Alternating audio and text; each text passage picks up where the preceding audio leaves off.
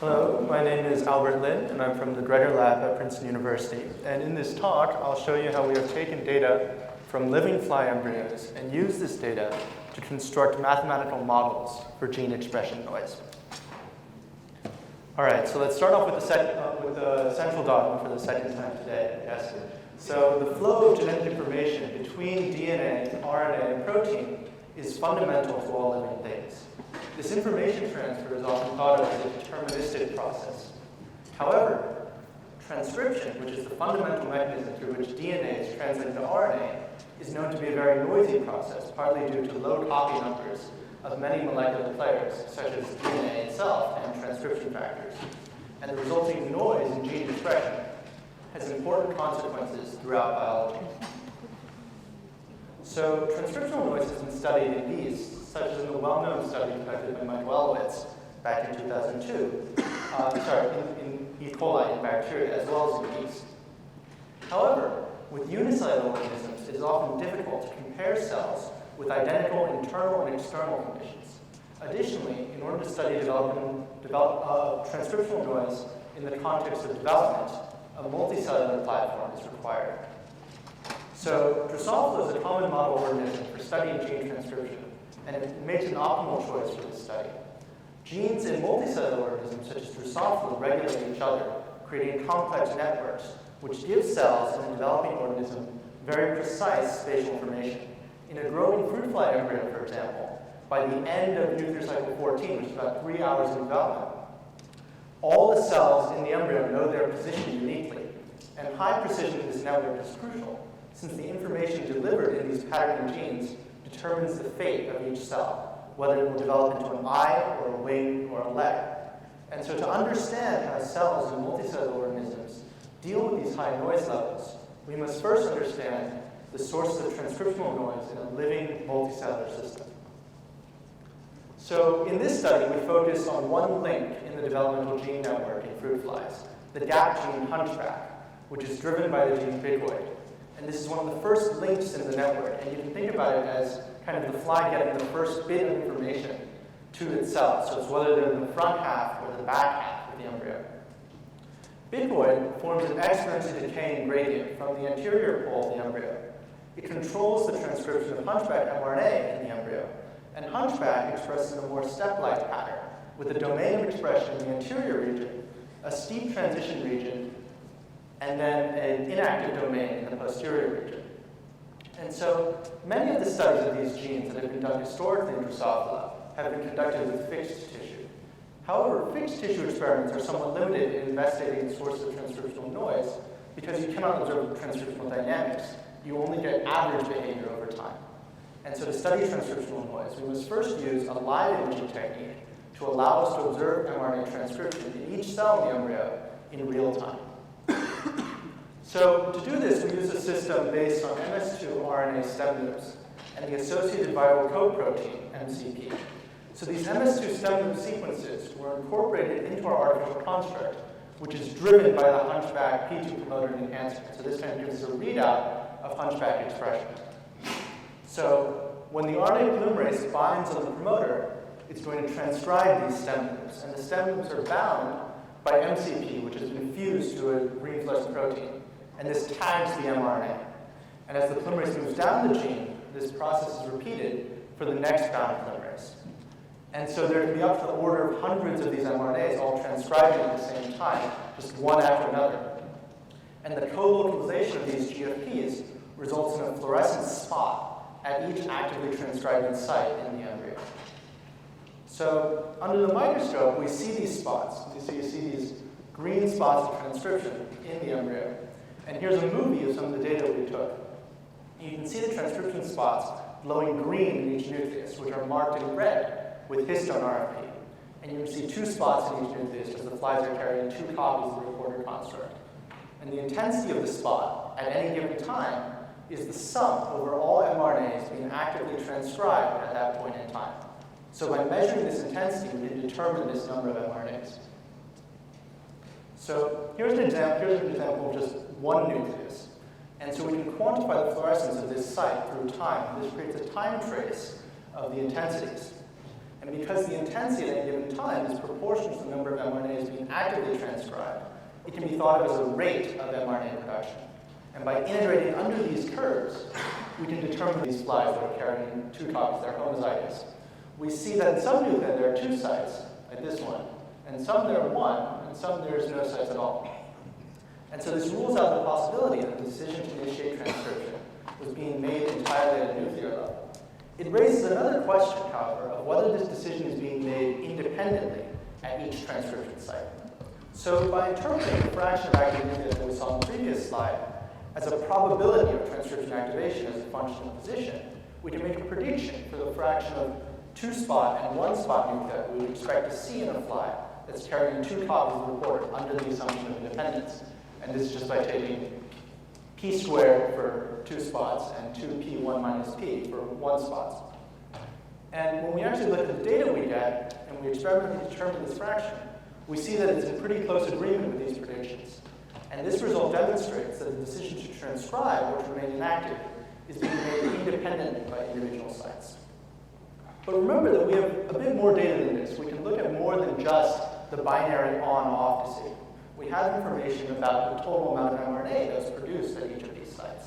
So having established that transcription initiation was an independent event, we now wanted to know whether the amount of mRNA produced at these sites was also independent, or if there was some degree of correlation.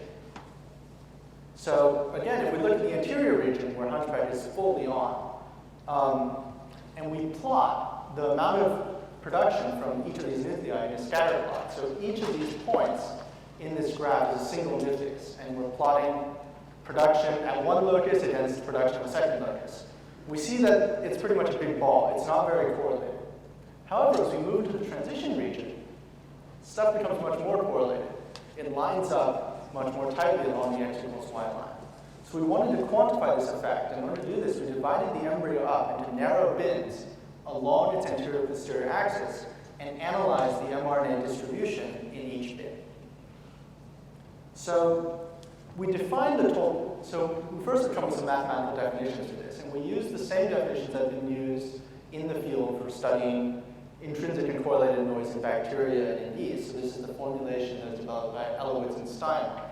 And we define the total noise as just a spread about the mean, and we can separate this total noise into two orthogonal components.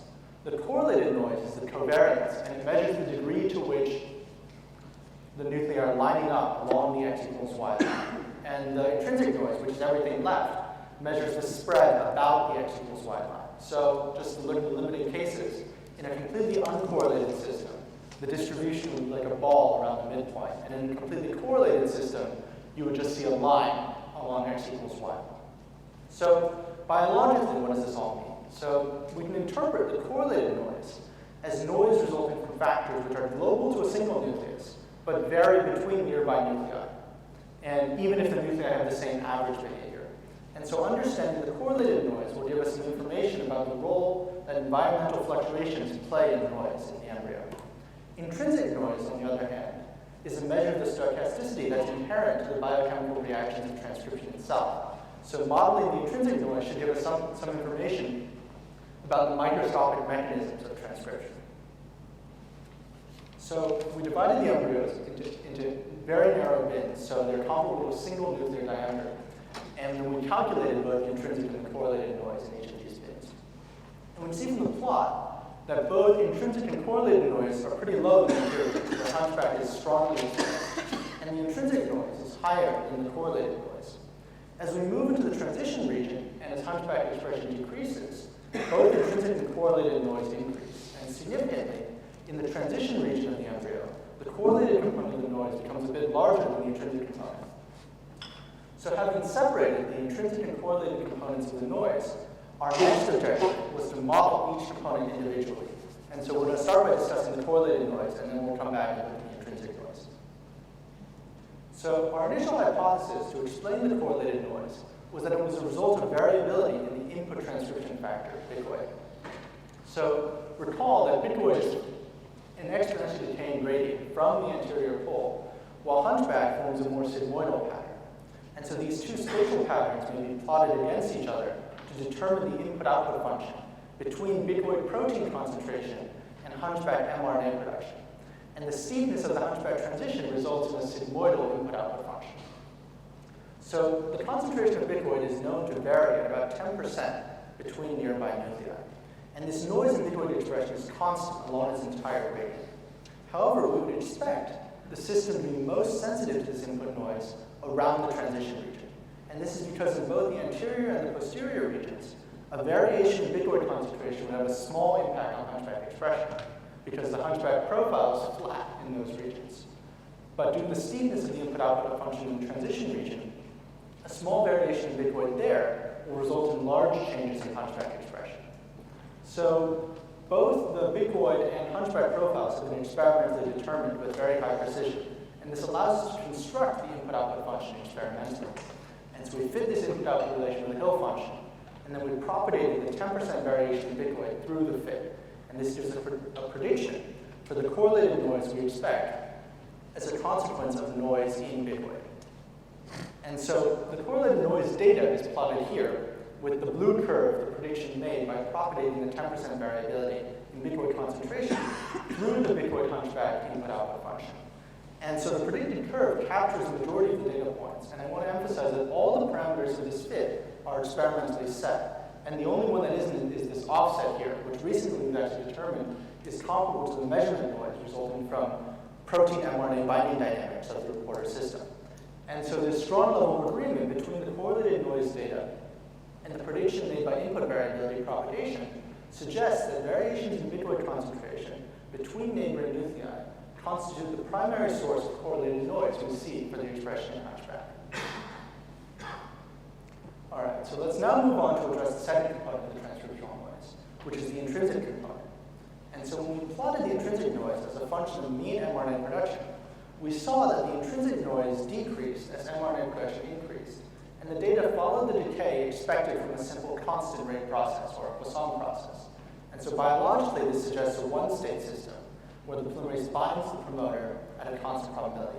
However, noise, which is a standard deviation over mean, is a unitless quantity. And so to confirm or deny whether it's really a Poisson model or not, we need to determine whether the variance over the mean, or the Feta factor, is equal to 1. And so we can calibrate our intensity measurements in fixed tissue experiments. And this allows us to translate the fluorescence into absolute counts of mRNAs. And with mean mRNA production reported in absolute units, we can report the intrinsic noise as the Feta factor. And we see that the Feta factor remains roughly constant in the embryo, as we would expect from a Poisson process. However, the mean value for this Feta factor is 9, plus or minus 3 actively transcribing mRNAs. And this is much higher than the constant Feta factor of 1 you would expect from a Poisson model. And so this rules out a simple one-state model. And we moved on to the next simplest one to try and explain this, which is the two-state model for transcription. So in the two-state model, the promoter transitions between an on-state and an off-state with transition rates k on and k off. In an off-state, the promoter is inaccessible to the polymerase and so produces no mRNA. And in the on-state, the polymerase binds the promoter with a constant probability, producing mRNA at a rate r. And so this model makes a prediction for the Feta factor as a function of these three rates. And for this value to be constant, k off must be independent of the bicoid concentration and much larger than k on. Bicoid must therefore be acting on k on to generate the hunchback pattern. This suggests a telegraph model for transcription, where the promoter is usually in the off state and is punctuated by bursts of transcription when the promoter is active. And so from the data, we can make a prediction for the average size of these bursts, which is around 8 mRNAs per burst. And we also determine the frequency of these bursts as a function of position. And so as the burst size is remaining relatively constant, the burst frequency must be the variable that's being modulated by bicoid concentration to generate the hunchback pattern. All right, so just to sum up the results of the study, we explored transcriptional noise in a multicellular system utilizing a live imaging technique in fruit fly embryos. And this is the first time that transcriptional noise is being explored in vivo in a system like this. And we found that transcription initiation occurs independently at each transcription site in each nucleus. And by quantifying the total amount of mRNA produced at each one of these sites, we were able to characterize transcriptional noise as a function of position in the embryo and separate the noise into correlated and intrinsic components. And looking at these two components, we found then the correlated noise is a result of variations in the input factor, bicoid, between nearby nuclei. And the intrinsic noise suggests a two-state bursting model for transcription, where the burst frequency is being modulated by bicoid. And so we plan to apply the techniques that we've developed in this study to other constructs and genes in the fruit fly. And the study has demonstrated that transcriptional noise can be characterized in a quantitative manner in living organisms, and opens the door to further quantitative study of transcriptional activity and noise in multicellular systems. Thank you for your time, and I'm happy to answer any questions you may have.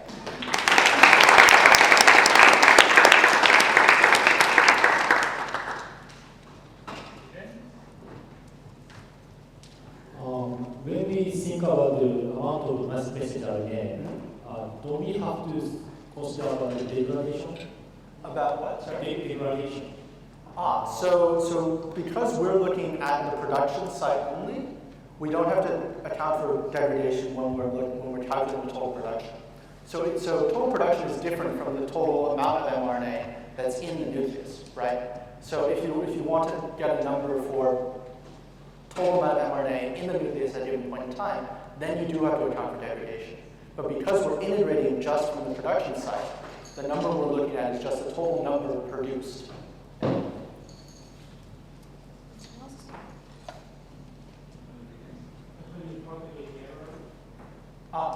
Because conjugate protein. Yes. Yes. So for the protein one, yes. Well, I was just wondering, so just help me to understand this intuitively. So you have these isogenic phenotypic variations that you described, and then the cells divide, and then they lost that phenotypic variability state. Yes. And then they start dividing. So then that noise kicks back in, and you get then sort of this repeating stochastic process. Help me intuitively with understanding how So the first 14 cycles in Drosophila, the divisions occur synchronously. You might have seen that in the movie. All the nuclei are dividing together. And so we've actually done this analysis for multiple nuclear cycles. So the data I presented was mostly from nuclear cycle 14. So all the data is from a single nuclear cycle. But if you do the analysis for earlier nuclear cycles like 13, you see the same pattern, the same trends with the noise. And so in these first 14 cycles, the embryo actually isn't changing size, and the nuclei isn't, and the cells themselves aren't dividing. Only the nuclei are dividing. And so at the end of nuclear cycle 14, you get about 6,000 nuclei, but they're all in one big cell. And cellularization occurs all at once. And so they're all separated. Yeah. And so I didn't talk too much about Drosophila embryo physiology for time, but you can think about it basically each nuclear cycle is kind of resetting the noise profile. Things like that.